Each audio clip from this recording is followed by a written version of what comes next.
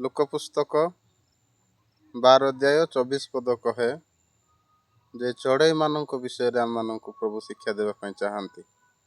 ଯିଏ ଚଢ଼େଇ ମାନେ ବୁଣନ୍ତି ନାହିଁ କି କାଟନ୍ତି ନାହିଁ କି ସେମାନଙ୍କର ଅମାର ନାହିଁ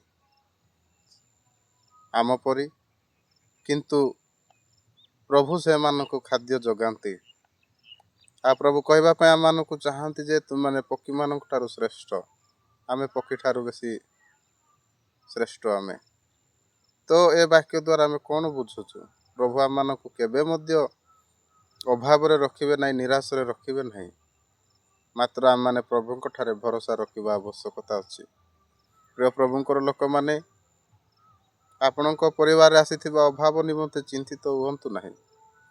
ପକ୍ଷୀମାନଙ୍କ ଠାରୁ ଆପଣମାନେ ହେଉଛନ୍ତି ଶ୍ରେଷ୍ଠ।